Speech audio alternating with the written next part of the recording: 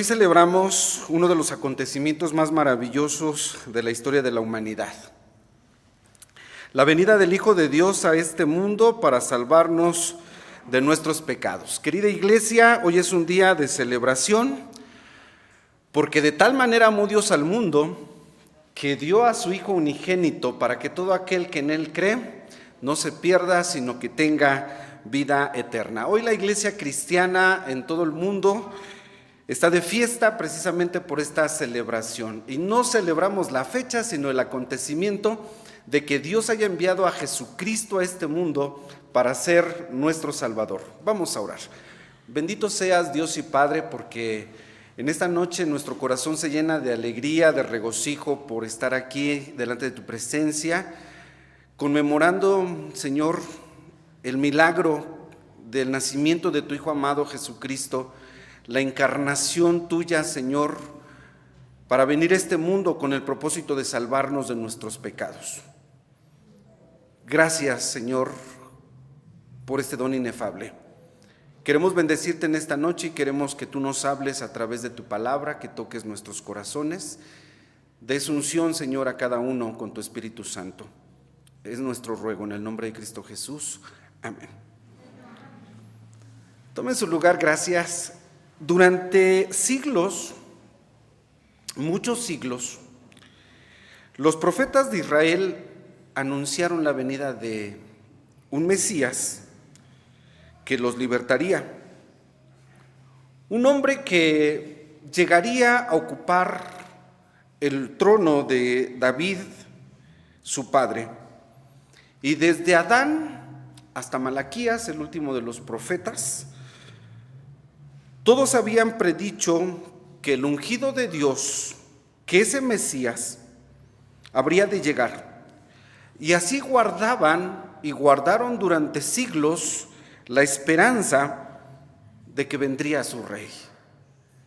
Y cuando dije que ellos guardaban cada día la esperanza, es literal. Todos los días.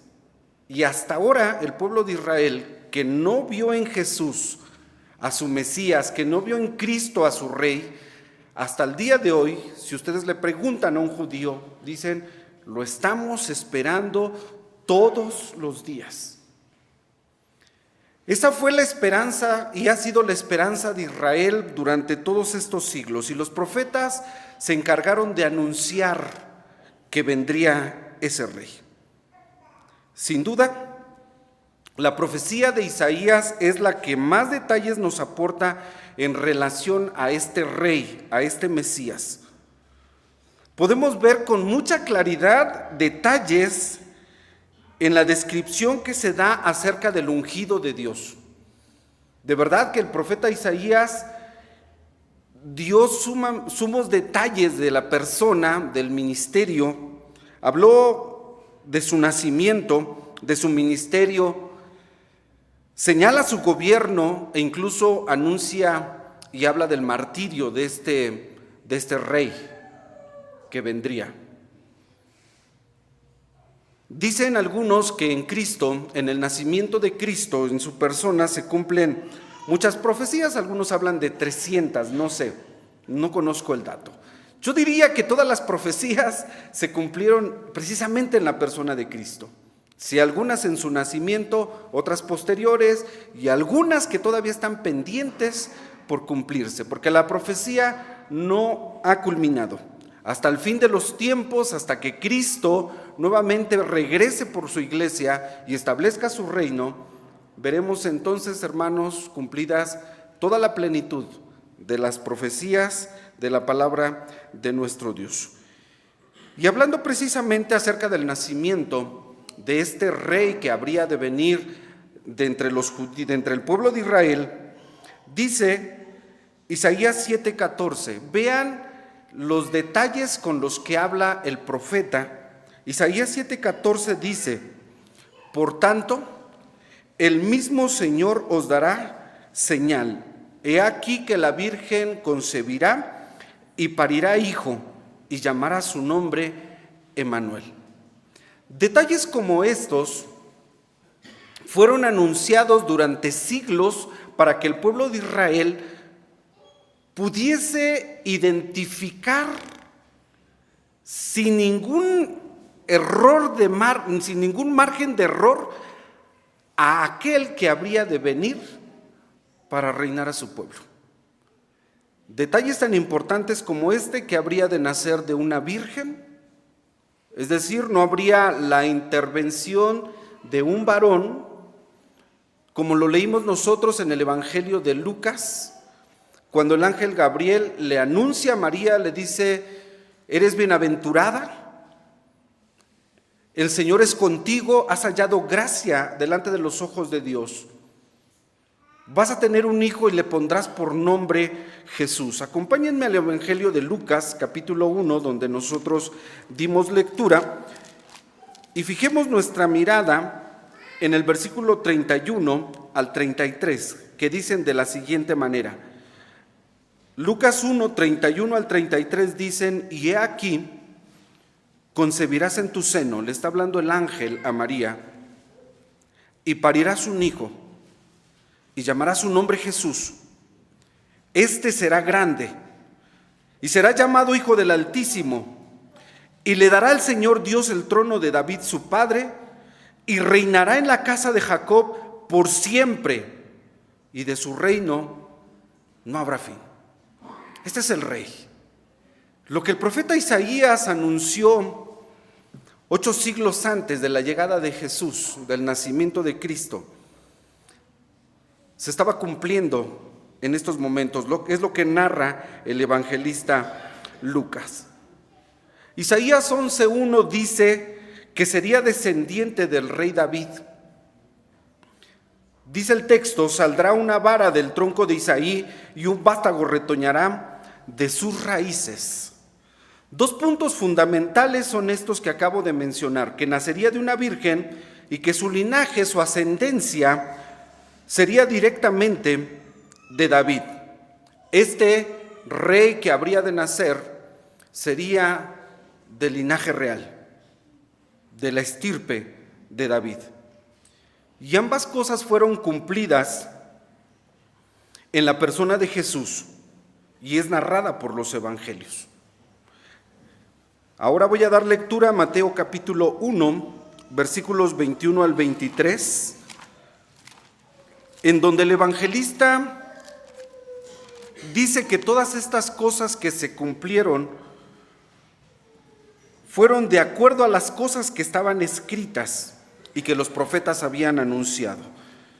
Mateo capítulo 1, versículos 21 al 23 dicen de esta manera: cuando el ángel anuncia a José, le dice: y parirá un hijo, y llamará su nombre Jesús, el mismo nombre que a María se le dio a conocer. Vas a parir un hijo y le vas a poner por nombre Jesús. Dice aquí: porque él salvará a su pueblo de sus pecados. Y todo esto aconteció para que se cumpliese lo que fue dicho por el Señor, por el profeta, que dijo: he aquí la virgen concebirá y parirá un hijo, y llamará su nombre Emmanuel, que declarado es con nosotros Dios. Esto que acabamos nosotros de mencionar, para nosotros es tan claro como el agua. Sin embargo, para Israel no lo fue. Aquellos que esperaban día a día la llegada del rey no pudieron ver en Jesús el cumplimiento de las profecías. Cerraron su corazón, cerraron sus ojos, su entendimiento, para no ver que Jesús es aquel de quien los profetas durante siglos habían anunciado que habría de venir. ¿Y cómo no ver, decía yo, que las profecías literalmente, como fueron anunciadas, están cumplidas en la persona de Cristo? Nació de una virgen, del linaje de David, se le asignó su nombre, se le asignó su misión, y no hay duda, Él es el Rey. Él es el Rey que habría de venir. Él sería, como lo dijo días después Simeón, Él sería la gloria de su pueblo Israel. Él sería la luz para ser revelada a los gentiles la gloria de su pueblo. Sin embargo, Israel no pudo mirar en Cristo el cumplimiento de esas profecías.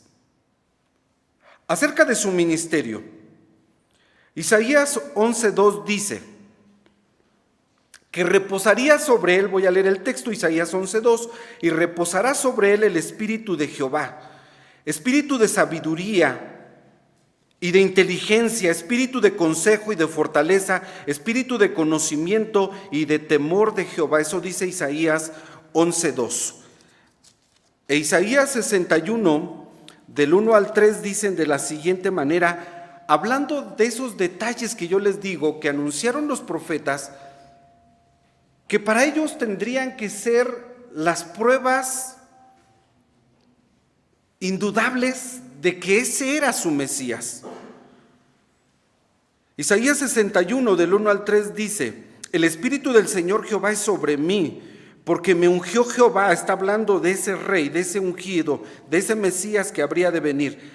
Hame enviado a predicar buenas nuevas a los abatidos, a vendar a los quebrantados de corazón, a publicar libertad a los cautivos y a los presos, abertura de la cárcel.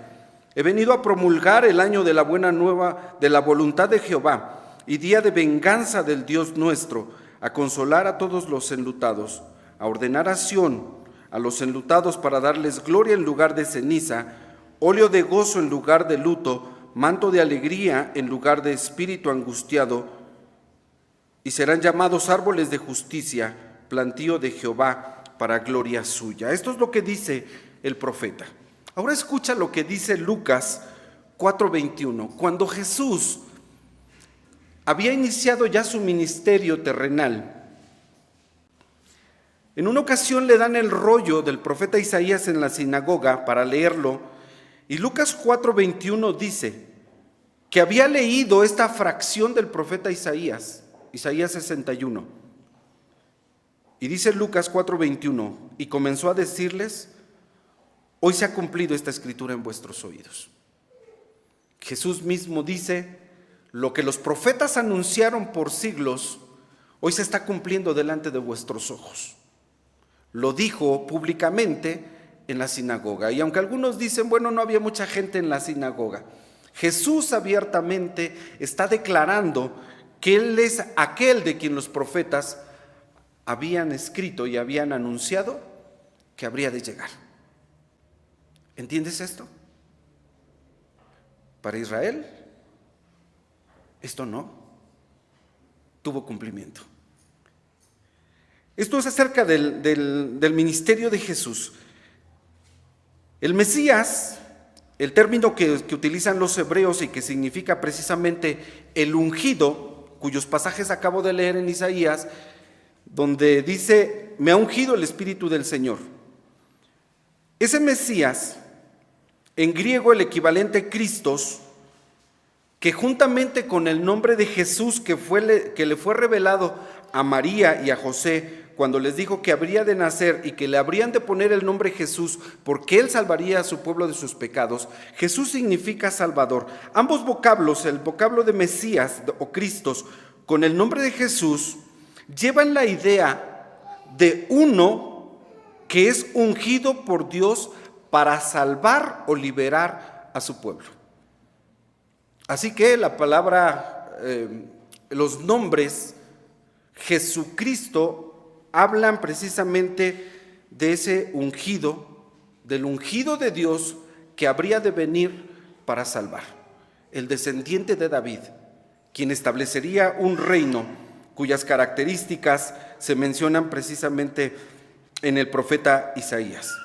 Dice acerca de su imperio, de ese reino que él habría de venir a establecer en este mundo, dice Isaías 9:7, escúchalo, que lo dilatado de su imperio y la paz no tendrían término sobre el trono de David y sobre su reino, disponiéndolo, esto es, estableciéndolo y confirmándolo, es decir, lo sostendrá en juicio y en justicia desde ahora y para siempre, dice Isaías 9:7, el celo de Jehová hará esto. Ve cómo el reino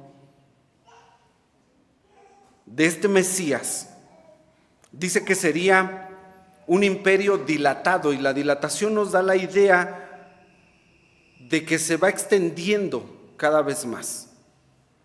Un reino cuyas características dice aquí, donde la paz no tendrían término, no tendrían un final. Establecería un imperio entonces extenso, donde la paz sería absoluta, sería total, sería completa. Ese es el Mesías, ese es el rey que esperaba Israel y que por siglos había sido anunciado. Cuando llega el día tan largamente esperado, la mayoría del pueblo judío no solamente rehusó ver las profecías, ver que las profecías se habían cumplido, sino que rechazaron abiertamente a Jesús, al Mesías, a su rey. Lo habían esperado tan ansiosamente. La nación de Israel lamentablemente se había hundido en oscuridad espiritual y era tan profunda que no pudieron ver, no pudieron percibir siquiera que la luz del mundo estaba entre ellos. No lo vieron. Por eso dice el Evangelio según San Juan, que a lo suyo vino y los suyos no lo recibieron. Por la situación espiritual tan profunda, tan oscura en la que vivían, ellos no se percataron que ese que había nacido y que había estado entre ellos, Juan dice, nosotros vimos su gloria, gloria como del unigénito del Padre, lleno de gracia y de verdad. Nosotros lo vimos. La mayoría del pueblo judío no lo pudo contemplar por la situación espiritual de tinieblas en la que ellos habían estado viviendo. Sin embargo, Isaías 9:2 da una luz de esperanza y dice este texto que el pueblo que andaba en tinieblas vio gran luz. Los que moraban en tierra de sombra de muerte, la luz resplandeció sobre ellos, dice Isaías capítulo 9, versículo 2. A pesar de la situación de tinieblas en la que vivía el pueblo, ahí les resplandeció esa luz. Y dice Juan 1:12, que aquellos que le recibieron, aquellos que sí pudieron ver en Jesús el cumplimiento de todas estas profecías, dice Juan 1:12, y más a todos los que le recibieron, dióles potestad de ser hechos hijos de Dios, a los que creen en su nombre.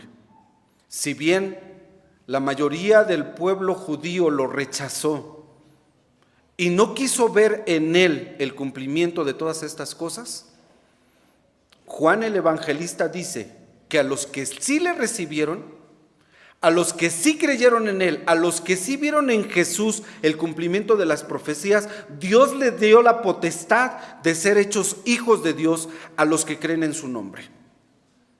Bendito sea Dios, porque aunque la mayoría le rechazó, hubo un remanente que pudo ver en Cristo a aquel siervo de quien había escrito Moisés, de quien les había dicho, voy a levantar un profeta en medio de ustedes, aquel de quien Dios le había dicho a David, de tus lomos nacerá uno que se sentará en tu trono y reinará por siempre y para siempre, eternamente, su reino no tendrá fin.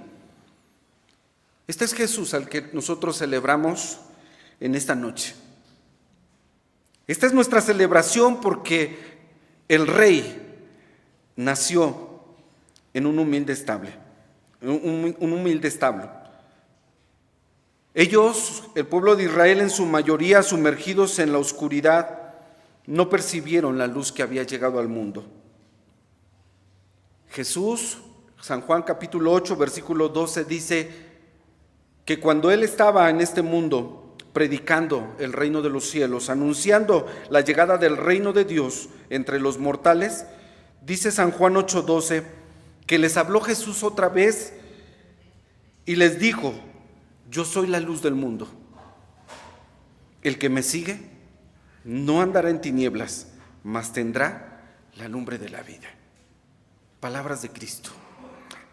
Si tú le sigues, como le seguimos nosotros, dice el Señor, no andará en tinieblas. Aquel que me sigue no andará en tinieblas, mas tendrá la lumbre de la vida. Así que las profecías de Isaías, de quien estamos hablando y de quien dijimos que todos habían hablado del Mesías, del rey que habría de venir, pero que Isaías es el que más detalles nos aporta en relación al nacimiento de este rey. Estamos viendo cómo todas estas cosas tienen cumplimiento en la vida, en la persona, en el ministerio de Jesús. Hoy nosotros anunciamos que Jesús es el Rey, que Él es el Señor, que Él es el Mesías, que Él es el ungido de Dios que vino al mundo para salvarnos de nuestros pecados. Y dice Pablo en 1 Timoteo 1:15 que esta es palabra fiel y digna de ser recibida de todos, que Cristo Jesús vino a este mundo a salvar a los pecadores, y Pablo dice, de los cuales yo soy el primero. Jesús vino, Él es el Rey. Sin embargo, la esperanza para Israel era la de un libertador político. Y por eso al final tuvieron que crucificar a Jesús, aquel que vino a salvarlos de la peor esclavitud que el hombre puede conocer, y es la esclavitud de su pecado. Aquellos hombres de aquella época distorsionaron el mensaje de las profecías. No pudieron contemplar el sentido espiritual. Se enfocaron más en el aspecto político de ese rey que habría de venir. Literalmente, para ellos era un personaje político, y lo que hoy Israel espera es eso: un hombre que políticamente les ayude en todos sus conflictos y les dé libertad.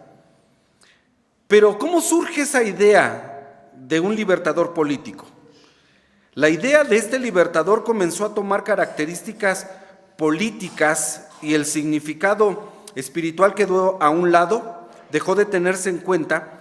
Los judíos anhelaban la llegada de uno que tuviera poder para expulsar a los odiados enemigos de la región, de su pueblo, aquellos que los regían, aquellos que los esclavizaban. Y no es que Jesús no haya tenido ese poder. Su poder no estaba limitado, pero no era el momento de actuar. Si bien Cristo pudo haberlos libertado en ese momento y pudo haber echado mano de toda la autoridad que Dios había puesto sobre él, porque no hubo nada que para él fuese imposible de realizar. En Cristo estaba todo el poder de Dios. Dios mismo encarnado pudo haber libertado a su pueblo, pero no era el momento. Y los judíos lo que anhelaban era la llegada de un rey político, no de un hombre de quien sabían que había nacido en condiciones muy humildes, muy sencillas, que había crecido en un pueblo de mala reputación, porque él creció en Jesús de Nazaret. De hecho, cuando inició su ministerio y algunos de sus primeros seguidores dijeron: hemos hallado al Mesías, y le dijeron: ¿de dónde es? ¿Cómo lo conoces? Dice: viene de Nazaret. Otro dijo: ¿y de Nazaret puede salir algo bueno? Para ellos Jesús no llenaba el perfil de ese rey, de ese Mesías, de ese ungido, de ese siervo de Dios tan anunciado y tan esperado. No llenaba esas expectativas. Cuanto más ellos se hundían en la apostasía, más perdían de vista el verdadero significado de las profecías. Y por eso no es de sorprendernos, hermanos, que solo llegaron a ver los aspectos políticos del Mesías hasta el día de hoy. Las Escrituras hablan de uno semejante a Moisés, de un hijo de David que sería levantado como Mesías para libertarlos. Y en su mente estaba el concepto precisamente de que sería como un Moisés o que sería como un David. Y hasta el día de hoy esa es la imagen del rey que siguen esperando. Alguien que se levante como Moisés, que enfrente al faraón, o alguien como David, que pueda vencer todos los gigantes. Esa es la idea que ellos hasta el día de hoy tienen. Sin embargo, el Señor Jesús se rehusó a tomar la espada contra Roma en aquel momento, y las esperanzas de los judíos, pues ahí completamente se despedazaron. La crucifixión de Jesús para ellos fue considerada no como el cumplimiento de las profecías, sino como la prueba suprema de que Él no podía ser el libertador tan anhelado por el pueblo del pacto. Para los judíos la crucifixión fue la evidencia, la prueba suprema de que Él no era ese rey, de que Él no era ese siervo de quien había hablado Moisés, no era el descendiente de David. Omitieron todo lo que Isaías dijo en el capítulo 53. Está plenamente omitido. Vean cómo el pueblo de Israel no quiso ver en Jesús el cumplimiento de las profecías. Sin embargo, aún en el martirio, en el sufrimiento de Cristo y en su crucifixión, todas las profecías se están cumpliendo en Jesús. ¿Qué significa esto? Él es el Rey. Él es el ungido de Dios y había nacido en medio de su pueblo, pero ellos no pudieron contemplarlo. Jesús es el Mesías, Él es el Salvador, Él es el Rey de Israel. Él es la gloria, dijo aquel hombre anciano, Simeón, estando en el templo cuando Dios lo ungió de Espíritu Santo para anunciar y decir: este es el anunciado, este es el anhelado, este es el tan esperado Rey de Israel. Él es la luz para ser revelada a los gentiles. Él es la gloria de su pueblo Israel. Ese hombre, cuando tomó a Jesús en sus brazos, dijo: Señor, ahora despides a tu siervo en paz. ¿Han visto mis ojos? ¿Qué cosa? Tu salvación. Aquí está la salvación de Israel. Aquí está lo que por siglos hemos esperado. Aquí está el Rey tan anhelado que día a día hemos estado esperando. Hoy se ha cumplido el tiempo. El apóstol Pablo, cuando escribe en sus epístolas, dice que venido el cumplimiento del tiempo, Dios envió a su Hijo, nacido de mujer, hecho súbdito a la ley. Así es como Cristo tomó su lugar en este mundo, en su primera venida. Cristo vino como un mortal tomando nuestra carne, nació en un establo, como lo narra Lucas, vivió en Nazaret, un pueblo de poca reputación, y él no desempeñó el papel político que sus coterráneos, los judíos, estaban esperando. Y abiertamente Jesús rechazó los intentos de algunos cuando lo quisieron proclamar rey. Escucha lo que dice San Juan 6, 14 y 15. Dice la Escritura de esta manera: que aquellos hombres, entonces, como vieron la señal que Jesús había hecho, decían, fíjense bien, estoy en San Juan 6, 14, verdaderamente este es el profeta que había de venir al mundo, plenamente identificado por algunos. Dijeron: este es, no hay duda. cuando vieron la señal que Jesús había hecho, la conclusión, y ya lo he mencionado en otra ocasión, todas las señales que Cristo hizo, todos los milagros, todo su ministerio, habrían de llevarlos a la conclusión que aquí se menciona. Este verdaderamente es el profeta que había de venir al mundo. Dice el versículo 15, y entendiendo Jesús que habían de venir para arrebatarle y hacerle rey, volvió a retirarse al monte solo. Jesús sabía que no era el momento de tomar la espada. Jesús sabía que no era el momento de que la gente, aún cuando habían identificado y lo habían reconocido, diciendo, este verdaderamente es el profeta que había de venir al mundo, con todo ello Jesús se rehusó a tomar la espada. Dijo, no es el momento. Cuando Cristo entendió que habían de venir unos hombres para arrebatarlo y decir, este es nuestro rey, dice la Escritura, Jesús volvió a retirarse al monte solo. No era el momento. Sin embargo, no solamente estos hombres habían identificado a Cristo, aun cuando Jesús fue crucificado, el momento cuando perforaron su costado con aquella lanza, dice la Escritura, que aquel soldado romano, al ver eso, exclamó y dijo, verdaderamente, este era el Hijo de Dios. A esa conclusión debieron haber llegado todos los judíos, conocedores de las profecías. Ver a detalle que todo se centraba en la persona, en la vida y en la obra de Jesús. Sin embargo, nosotros leemos en el Evangelio de Juan, a lo suyo vino y los suyos no le recibieron.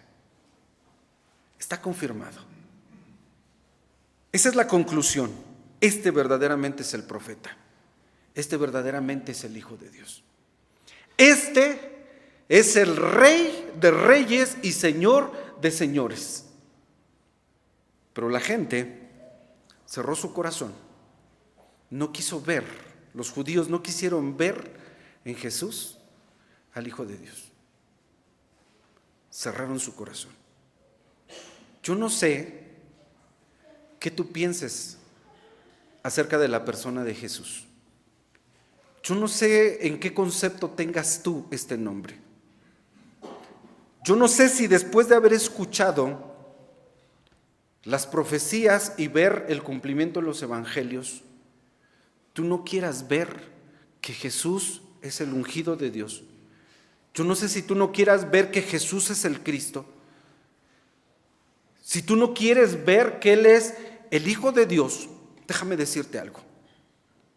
Pablo escribe a la iglesia en Filipos, la carta a los filipenses, y les dice que Jesús, el Cristo, por su obediencia, alcanzó un nombre que es sobre todo nombre, para que en el nombre de Jesús se doble toda rodilla de los que están en el cielo y en la tierra. Es decir, va a llegar un momento, va a llegar un día glorioso cuando toda lengua confiese que Jesús es el Señor a la gloria de Dios Padre.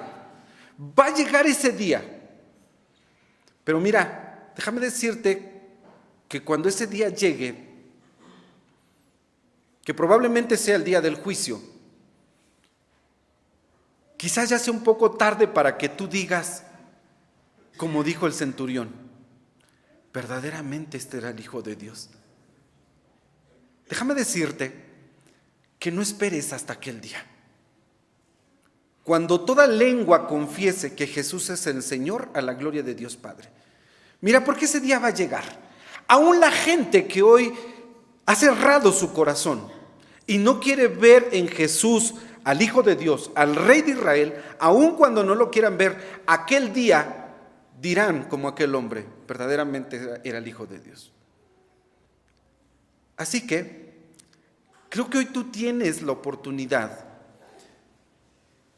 Y que Dios te guíe y Dios nos guíe a ver precisamente que aquel que nació en ese humilde establo, que fue puesto en un pesebre, que fue envuelto en pañales, aquel que los ángeles anunciaron diciendo que os ha nacido hoy en la ciudad de David un Salvador, ese es el Cristo, Él es el Señor. Espero que no seas como los judíos que no quisieron ver a Jesús como su Rey, como su Señor. Nosotros hoy en esta noche te compartimos la buena nueva del Evangelio, anunciar que Jesús es el Cristo, que Jesús es el Señor, que aquel que nació en el pesebre vino a salvarte y a salvarme de mis pecados. Y que algún día Él va a establecer su reino porque Él viene por segunda vez. Él dijo, una vez que fue muerto, que fue sepultado, que resucitó de entre los muertos y que ascendió a los cielos, Él dijo, voy a volver, voy a regresar. Mira, yo no sé si tú lo creas o no lo creas, pero Jesús viene a establecer ese reino que los judíos están esperando. Él es el Rey, Él es el Señor.